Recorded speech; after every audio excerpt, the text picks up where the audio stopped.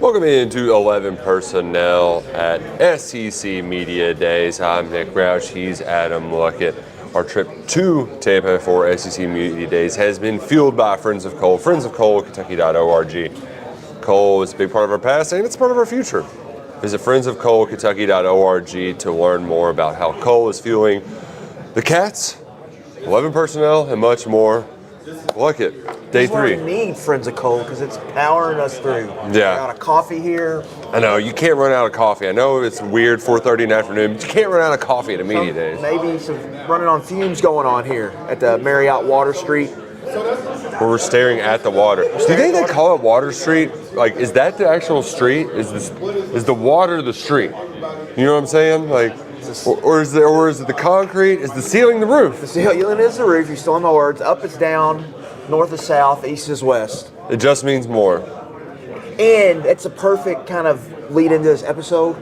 Because what is going on? Alabama talk today and no one cares. No one cares at all. Like up is down. No juice. And some of it is Kalen DeBoer.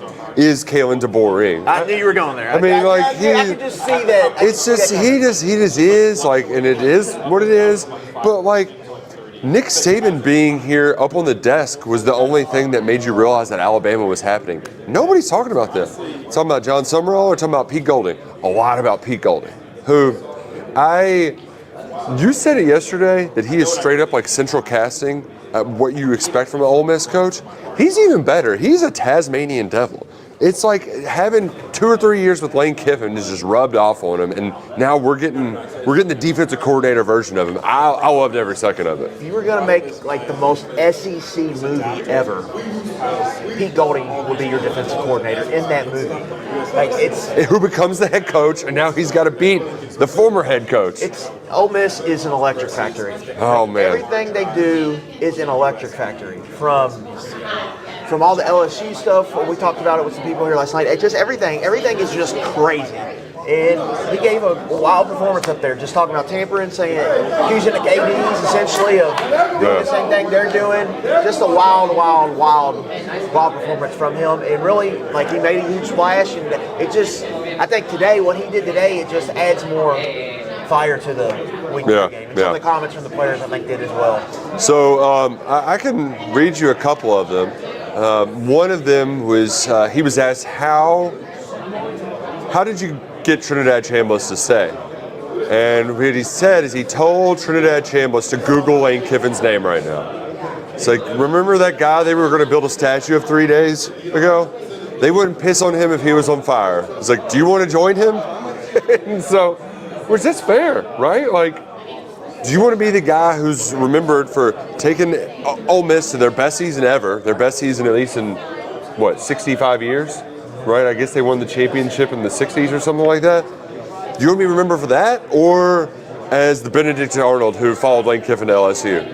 Fair. I thought that was a fair point. Good point. I mean, because to me, that's part of the reason where Bama was kind of overshadowed today. It was just everyone cares about Ole Miss and LSU. That's all anyone wants to talk about. Like Lane Kiffin's tomorrow, and that's going to be a huge part of his press conference. Who was it that got asked about his relationship with Lane Kiffin? Was it Keymon Lacey? I think Connor O'Gara said I think he said both, and he said maybe it was just Lacey. He was my former head coach. He was my head coach, and he's my offensive coordinator. He was my former offensive coordinator. Like there's no love lost there, but that really wasn't like. Golding had some good sort of jabs about it. Like he said he's living in the house that Lane built, but he had to offer in on another house that he got instead. Like he's making kind of these pot shots, these jokes. But when he says it straight up, he's like, we're good. Like Lane's Lane. Like you know what you're going to get. And it's also the business. Like it's just what it is. These coaches, like when Vince left from Louisville to Kentucky to Louisville, like. There was a little bit of pissiness at the beginning, but for the most part, like they get over it. Yeah. This is how it goes. Like, it's a transient sport. Okay. Dante Dowdell, who we talked about the other day, 4 school in 4 years. Like, There's a lot of moving going around. It's no exception to the coaches. But I thought the part that was good making those analogies was when he talked about tampering. Because he got asked about it once, and then Dan Wilkin asked him about it again. And it's always the second time, and he couldn't resist. He couldn't hold back, which that's what I love. And he even admitted, I know this is not how I'm trained to say it, but, and he was like, would you quit your job to go get a new one? No, like you look for a job while you have one. So you think ADs, that's what they do too? You think they wait till a coach quits before they go hire another one? Yeah. The only bad part about the comparison is they're not employees. That's true. Make them employees, please. Then we can do all this stuff. The best part, though, was him saying, we act like recruiting it's been above board forever. Yeah, that was great. Yeah. That's what I mean, just by the most SEC guy ever. Nick, I think we broke a record for cuss words on the stage today. Yeah. Jon Sumrall. We did break a record for just coaches who curse on stage. This is the first time 2 coaches have cussed on the stage, and they did it in back-to-back. Back-to-back. And 2 defensive guys who are who have just got SEC DNA. Yeah. Oh, yeah. They've been at multiple stops. Who have been in the recruiting wars, right? Oh, yeah. Like Pete Golding and Jon Sumrall have heavily involved in the recruiting wars. Is this like the new breed of coaches? Is this the new breed of SEC coaches? Is coach speak dying? Are we getting back to what everyone wanted with Will Stein? Yeah. Doing the cocky bravado, right. for lack of a better phrase. Jon Sumrall saying he's going to throw a podium at somebody, and then Pete Golding just like being Pete Golding essentially, and then what Lane does. Right. Is this where we're at? Is this the new age? I hope so.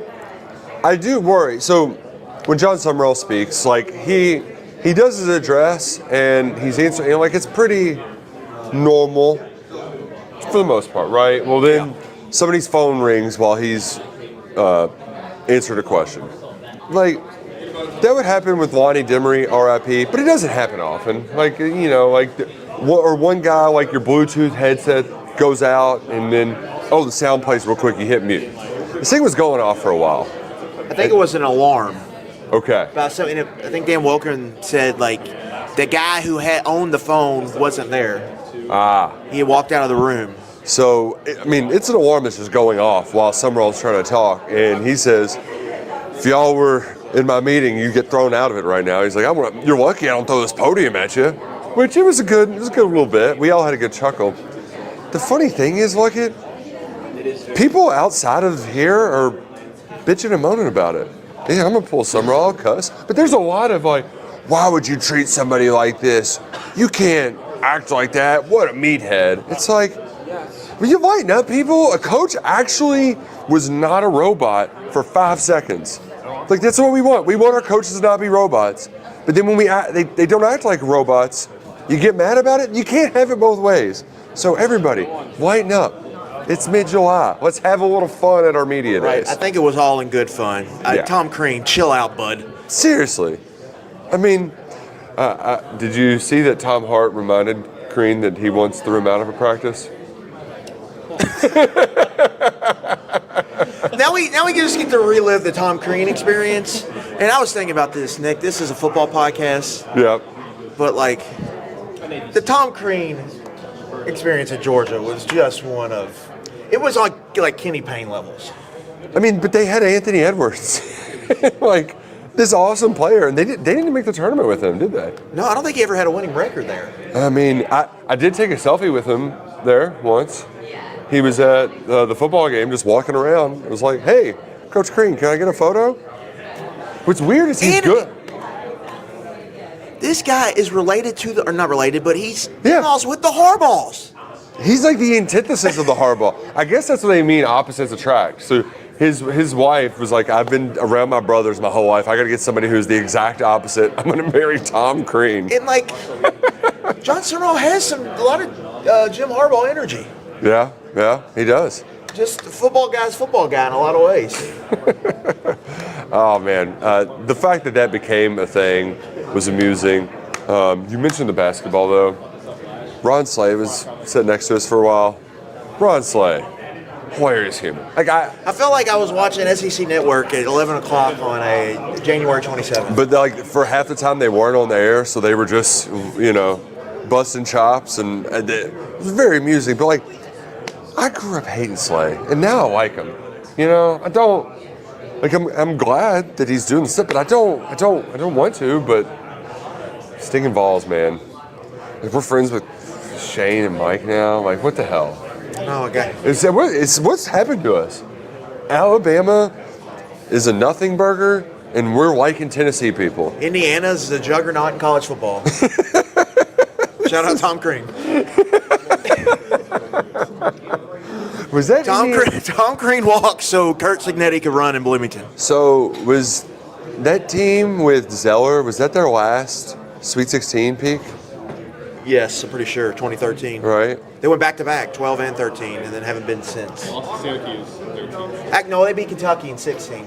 Okay, Thomas Bryant, yeah. But, oh, man. Why are we doing this? Let's move on. Where are we going on this? I don't know. I have no idea. We're on like I said, at the end of our ropes. So a quick pause before we get back to actually things that happen. A little programming alert. No live show tomorrow. Since we're in Tampa, airplanes were used for transportation. So they'll be getting out a little bit early. I'll be here in the morning doing some stuff, doing a little writing. We got a lot of writing, a lot of videos today. Peek and I talked to a bunch of different people. Those will be up on the KSR YouTube channel over the next days and stuff. Here's the thing. We got so much to talk about. We don't have to talk about it all right this very second. Not this right this second. Yeah. Because we still have 2 weeks before UK Football Media Day, and then... And we've got 45 days until week one, till Labor Day weekend. 40 it's a lot. 40-some days, yeah. So we still got long way to ways go. to go here. Short time to get there. But quick reminder, we're presented by Monticello Bank. Shout out our friends Monticello Bank. They're the best. Presenting sponsor of 11 Personnel for, is it 3-4 years now? But they've been in business since 1895, taking care of the Commonwealth. They're all across the Commonwealth. There's a location near you. And if not, you can visit them, nbcbank.com, shop for rates, whether it's CDs, short-term saving, long-term saving, loans, whatever it may be. Shout out Monticello Bank. Member FDIC, equal housing lender. Look it. What's on your computer right there? Well, yeah, we got to talk about probably the biggest Kentucky football development today, I would say. Yes. Jordan Colbert, Fresno City CC transfer, commits to Kentucky today. The second junior college running back, I think, added over 4 days. Sunday, when I was on a plane, they added, Amir Khan? Not Amir Khan. That's Will Wade's guy, ain't it? Oh, yeah. The boombox guy. This is Amir Smith. Amir Smith, okay. Now Jordan Colbert ran for over 600 yards for Fresno City last year, 7 touchdowns, 7.4 yards per rush. This was a guy that was committed, Eastern Washington announced he signed on June 29th. So I don't know what happened there, but he's going to play for Kentucky. He's on the roster. He's enrolled in school. Same with Amir Smith. So Kentucky's added 2 running backs here late. I mean, the absolute 12th hour, last call. He barely got in the door, right? So people are asking, what is the takeaway here? What should we take away from this? One is okay, it's just one, maybe you wanted one more body, but 2 is get your antennas up, right? What's going on here? It's Martellus Carter. You don't trust your safety to play running back. Okay. That seems like probably the most obvious and most reasonable in one you would expect, right? They just want to move Martellus Carter back to safety. Yeah. One way or other, they just want him at safety. Yes. Next year. So if he wants to play safety or if he needs to play safety, then your depth is then okay, you need more bodies. Second one, where are we at with C.J. Baxter and Javonte Barnes from an availability standpoint? We've talked about this ad nauseum. We talked about it when they were recruiting these guys in the portal. Okay, they've done this, and this, but also they've been hurt all the time, a lot. Yep. Can they stay healthy? I guess we're going to find out here pretty soon on August 3rd on the media day. Yeah. It is. I appreciated that someone asked if Mark Stoops was still recruiting for Kentucky. I enjoyed that joke quite a bit on KS Board. If you aren't on KS Board, what are you doing? Come on, hang out with us there. But there is I think some of it is a smoke them if you got them sort of situation. We have roster spots, some availability. Let's take a swing. If one of these two guys hits, then maybe you have something for down the road, right? But if nothing happens, well, then nothing happens. So, but here's the other part too that we have to say. You should be concerned about the running back room. You just should. Like this is not something you do when you have confidence about your position. You're not adding JUCO guys in July. So like, yeah, there should be a real worry about what their ability to just run the ball on a consistent basis. Who's going to be available? It's been a big question mark. It's going to continue to be a big question mark. You're going to have to see it to believe it. Well said. I think, obviously, it's a position of concern. It was a position of concern before this. But this does get your, I think, antennas up here. So where are they at, right? And we've talked about it. And what does the offense look like, Nick? Like if the running back position is it's not great. Even if you've got a good offensive line, if it's not great, what does that look like? I think what it looks like is it looks like an offense that's very pass heavy. Yep. And can you protect Minchie if you get pass heavy? And do you have the receivers? And can you use the tight end position enough where you can efficiently move the football and score points and stay balanced? Because it's hard if you get pass heavy and you can't run it and you can't use play action. So it's going to be really interesting, I think, just where that running back room is and what we see in the first couple of weeks. We're speaking of running backs. I saw Damian Harris here. I went to his commitment ceremony back in Berea back in the day, Mad South. Did Stoops fly a helicopter into Madison Southern High School? Believe so. That was one he was recruiting against Saban in the 15 recruiting class. Does that sound right? That sounds right. It was either 15 or 16. It was one of those years. Kentucky ultimately didn't get him. Can you blame the guy? He goes to Alabama, wins the national championship, gets drafted, makes some money for the Pats. I believe I had him on a fantasy team once or twice. A little RB2 action. But now he's doing the media gig, so it was nice to kind of catch up with him. Remember when Randall Cobb did media for a little bit? Yeah. Dallas, I think we saw him at this event. Had a show with Alyssa Lang. I think he was content not doing media. Like, you made a lot of money. Do you need to work? Do you need to get out and do that? I don't think so. If you want to come hang out and golf, though, did you see Randall Cobb golfing at the ISCO? I did see he was, what was he paired to Will Stein? Was that what it was, or was it Tammy's event? It was at the pro-am sort of deal. So I bet Randall Cobb's a good hang. I mean, Aaron Rodgers always has him with him at the Derby. It's got to be a good time. Randall Cobb graduated in the same class as my wife Taylor. Shout out Taylor. And Aaron Rodgers was there. That was the talk of the town that day. Aaron Rodgers was at graduation for Randall Cobb. Yeah. There was a second there where I was like, he went to Alcoa. What are you talking about? Your wife's not from Alcoa. UK graduation. I was so confused. I thought we were on the same page. We're just getting a little loopy. Final live broadcast here at Radio Row. SEC Media Days in Tampa, Florida. We're going to go hang out at Baker Mayfield's stomping grounds. Do you think, who's the best quarterback in Bucs history? I mean, Baker's up there. You're like Brad Johnson. Brad Johnson won him a Super Bowl. Tom Brady won him a Super Bowl. But you don't think of Tom Brady as a Tampa Bay Buck, though. Brady probably, if you count the 2 years, that was the best run they probably had from a quarterback, I'd say. And shocker, Tom Brady, the franchise's best Well, in that second year, he kind of willed them to the playoffs. Yeah, he was awesome. He led it to the passing, all the passing stats. But yeah, outside of that, they've had some horrible quarterback play. You got, Byron Leftwich, wasn't he with the Bucs for a while? Or was that Leftwich, or was that they had Leftwich and they Jameis was the number one pick. Freeman? But yeah, they had from Kansas State. Oh, how could we forget Jameis's 30-30 year? Yeah. 30 touchdowns, 30 picks. I was at a sports book that year. It was at one of the games at the end of the year. The Bucs were winning the whole time against the Texans. Texans take the lead late. And what does Jameis do when they're about to score? They're in field goal range. Throws a bad pick. The book just erupts. Oh, but yeah, man. that was his 30-30 year was a ride. This event needs Jameis Winston. That's really the only thing we're missing. It's little Jameis Winston with our SEC Media Days. We got the fireworks show. Now we need Jameis Winston. Sean King. Not the Jets. He was the quarterback on the original NFL Blitz. Yeah, that was from Tulane. That was our generation, young age, he was like the Bucks quarterback you played with because you wanted to play with the Bucks because their defense was so nasty, and then he was Cool the quarterback. uniforms too. Yeah. But Allstott, you wanted to get the ball to Allstott, you wanted to get the ball to work done. You're and in good hands Sean with King was your Allstott. quarterback. Man, can we bring back cowboy collars, can we bring? Neck rolls. Neck rolls are coming back. Yeah, they are a little bit. The cowboy collar, though, especially because that was in the era when the pads were already so big.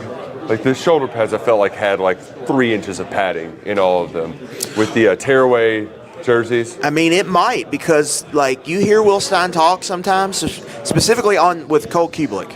I would advise going to listen to that. Kind of talk about like how defenses have kind of figured out and how to match up and align body for body wise. That a lot of teams are, in the rules of the game, it's slowing down. You're getting in bigger personnel packages. You're playing more 12 and doing some things. So, I think maybe they just bring it all back. 3 yards in a cloud of dust Meathead football. Who's our guy? Cunningham, the dude and Ohio State guy, the linebacker. He does the show with Bobby Carpenter. Bobby Carpenter, Meathead football. Bobby Carpenter and not Matt Flynn, Jacob Hester. Jacob Hester. He's around here somewhere walking around. Yeah. I did see Matt Flynn, though. Gave him a shout-out because he was in the same quarterback room with my cousin. And he just had no interest in speaking with me. But, you gotta chat him up. Got to talk him up. It's a volume game. Yeah, oh yeah. Get your shots up. Get your shots in. Which, speaking of, you got to talk to them, but we don't talk to people when they're in the restroom. Nick Saban's here today. Like everybody, sometimes you got to take a leak. And what happens? I'm washing my hands. Nick Saban comes up. He's washing his hands too. So we're normal adults. There's super diarrhea going around. We don't want to get the super diarrhea, so we're washing our hands. And somebody is like trying to talk up Saban. And just like, oh, you didn't bring your one guy. Well, I really like that guy. And buddy, what are we doing here? Why are you trying to be a stranger and talk to Nick Saban while he's washing his hands in the bathroom? It is. Saban's amongst the people here, which is it's just funny in of itself, right? Because I think he enjoys the media game. Yeah, I think he does too. I think he really likes it. But I don't know if he likes this part of the media game. I did. So he's a Floridian now. As a lot of people do, they retire, they move to Florida, and they go play golf. But wasn't he like living on a lake and playing golf in Alabama? It's not the same as, I think he's down in Jupiter. Like he's down there with Justin Thomas and all that. What do you think Nick Saban's handicap is? He's competitive. He's probably got to be like a 5 or something, right? I wouldn't say that low. I would say, but it's better than me, I'd say. Yeah. You think? There's just an enormous bird flying in the window behind us over the bay, which I didn't bring this up on the show, but I learned that I could just watch pelicans nosedive for fish and be entertained all day. Just take me to the beach. When a pelican's flying around and then you just see him go, that's high quality entertainment. That's Nick Roush football right there. We're getting off the rails. Anything else we want to say? We kind of wrap it up from this week. Yeah, but I gotta tell people about BetMGM. That's right, first. my bad. Look, you tell people about BetMGM. Well, BetMGM, you got to be there because guess what's around the corner? Underdogs, Thursday night football, parlays, anytime touchdown, touchdown parlays. Maction, Tuesday night football, Sunday, Labor Day football. Did you know Louisville and Ole Miss play on that Sunday? I didn't realize that. It's on that Sunday. In Nashville. Yeah. It's going to be so much football, and it's going to be wonderful. Make sure you download the BetMGM app and use that bonus code 13 when you sign up. And when you make your first bet, if it doesn't hit, you're going to get whatever that's back in bonus bets, up to $1,500. And you get 50% off on 3+ when you sign up for BetMGM. Download that app, use that bonus code on3. Do it right now. If you haven't done it, what's wrong with you? What is wrong with you? Sign up for BetMGM today. Get ready for an exciting college football season. Make it legendary with BetMGM. See BetMGM.com for terms. 21+ only. That promotional offer is not available in New York, Nevada, Ontario, or Puerto Rico. Got a gambling problem? Call 1-800-GAMBLER or 8778-HOPE-NY or text HOPE-NY New York. Call 1-800-NEXT-STEP in Arizona. 1-800-327-5050 in Massachusetts. 1-800-BETS-OFF in Iowa. 1-800-981-0023 in Puerto Rico. That first bet offers for new customers only. Subject to eligibility requirements. Rewards are non-withdrawable bonus bets that expire in 7 days in partnership with Kansas Crossing Casino and Hotel. Programming announcement. Season win totals. Mid-August. Every year we do them. We give out 10 best bets. We're going to be doing it again. I know a lot of people are wondering that. Somewhere around mid-August, season win total. All right, off the cuff, season win total, best bet. JD Piquel. Just overall? Overall, favorite bet. Over 7.5, Oklahoma Sooners. It's only 7.5. Couldn't they That's the best bet. Couldn't they win like a national title? Under on Florida State. I think it's 5.5. Under on Florida State. Norvell out. Norvell out. We did it, Luckett. We did it. We did it. We got him to say something bad about somebody. We did it. We did it. We did it. We actually did it. Woo! I felt good. Oh man, it felt good to talk about a win total. Oh no, I'm running through started running through the schedules. I'm starting to get excited. I'm doing it different, Nick. I'm not looking at any of them until I'm done. Until I'm done going through the schedules, got my numbers, and then going and picking the best ones out. Excited to do that. Kentucky, I think 4.5. We'll talk about that and more when it arrives. One thing I will say too, just a lot of my friends were betting on the World Cup, and I'm like, I can't. I'm not for me. But when you're talking football, like the real beautiful game. Yeah, the juices get flowing. You start talking about touchdown parlays, and you just can't help yourself on some Sundays. Oh man, you just gotta play a couple. Yeah, of course you do. Here's something that I did want to mention, because like we mentioned it off the top of Bama, and just it being stale. What if they're bad? What if they're just bad? 7-5. I don't think people would know how to handle themselves. It is possible that they're 7-5 bad. When Ryan Coleman Williams here, you remember him as Ryan Williams, the 17-year-old wonder kid. Right, the crazy catches against Georgia. Yeah. 2024 season. He's still only 19, and like when he walked in, I mean, he is a small kid, teenager. It's very, because is this the guy that's going to be the one who saves you and gets you to 9-10 wins? I need to remind myself that Kalen DeBoer did what he did at Washington. He's won everywhere, right? Yeah. You have to remind yourself of that. But there is people younger than us, they don't know a world where Alabama sucked. But that world existed for quite a while. I know when Couch the East happened, it was a big deal because they were beating Alabama for the first time. That Alabama team stunk. They were ranked that week. They were never ranked the rest of the year. They went like 500. Mm-hmm. You know, I think they went 4-7 that year. Yeah, there was. So You're not saying, but you're saying is what we're getting to. Yeah. Right. I think that you should prepare for that possibility that could happen.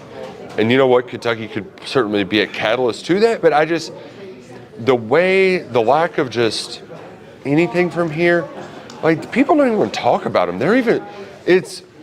And I hate to do this because it's not identical, but maybe it kind of is. But they're not even fun to talk about. They're not cool, and it reminds me of Kentucky basketball a little bit right now, right?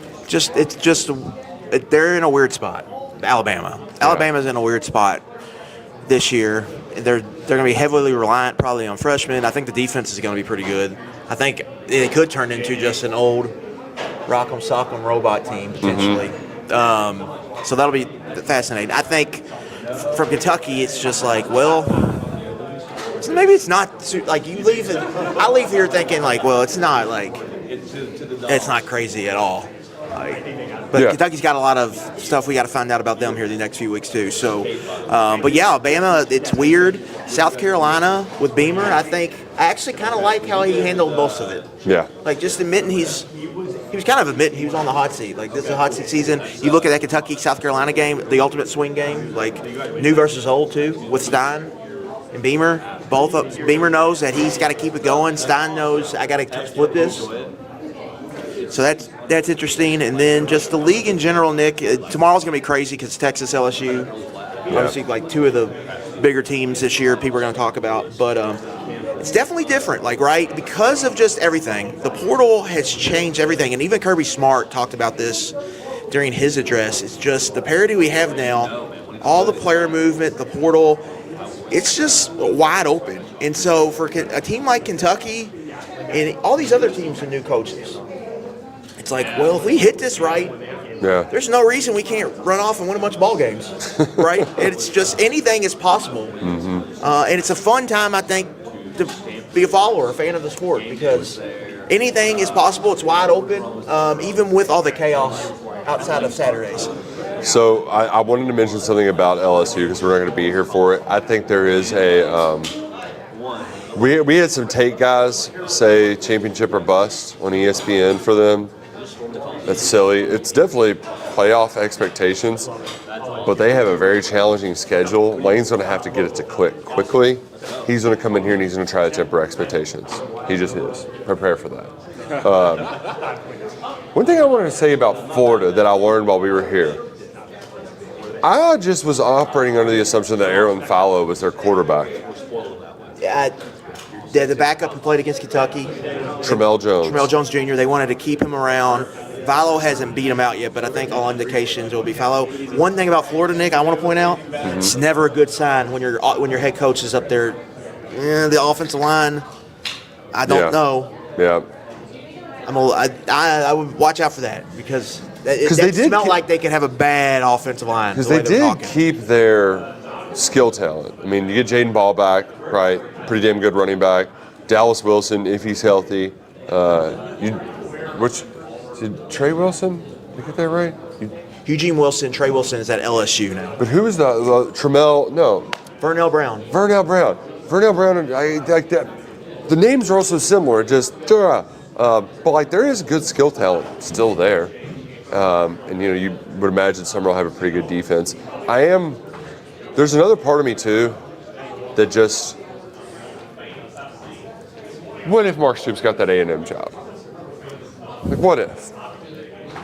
I say that because, like, we're kind of seeing it play out for Jon Sumrall at Florida, right? Like, he's getting Buster Faulkner, got Brad White. This is kind of what Yes. This is what. Yes. This is what he is. It's fascinating. It really is, because it is an alternate reality. That could have been Kentucky's reality. Yes, 1,000%. We're going to get to see how it would play out. Now, Sumrall, obviously different than Stoops. He acknowledged today, I've only been around for the NIL era. That's all I know. Whereas when it happened with Stoops, he had to change things, and he didn't change appropriately. But that is why it's fascinating, just because, and what if this hits? Or what if it's an absolute disaster? There's been a lot of disasters lately at Florida, a lot of coaching changes. Fascinating team. The league is fascinating this year. Like we've talked about it, there's some infighting going on. Fights are happening in public. Mm-hmm. They have won a national championship. Pets' heads are falling off in Birmingham.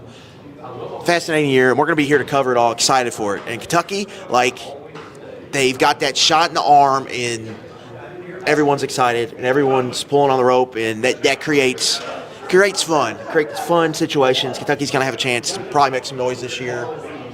And I mean, they could go in so many different directions, Nick. Right. We in the last couple of seasons, no one kind of okay, especially last year. Yeah. Okay, they had 6-6 is kind of the hard ceiling. It felt like maybe 7-5. This year, I'm well, if Minchie's one of the better quarterbacks in the league, and they got Stein, this offensive brain trust, and then defensively, if they can put something together, they could really shock some teams. And so, I think the variance is pretty big with this group, and we're excited to get going. Yeah. And not only is the variance high because of the unknowns of the Kentucky's roster, but it's also the unknowns elsewhere. It's made this event more fun because of the parity. It's also a little weird too that you just don't have the Goliaths that were once at the top aren't as they're not they're not what you want to talk about. The floor has raised and the ceiling has lowered, and we're all in this pit together throwing punches.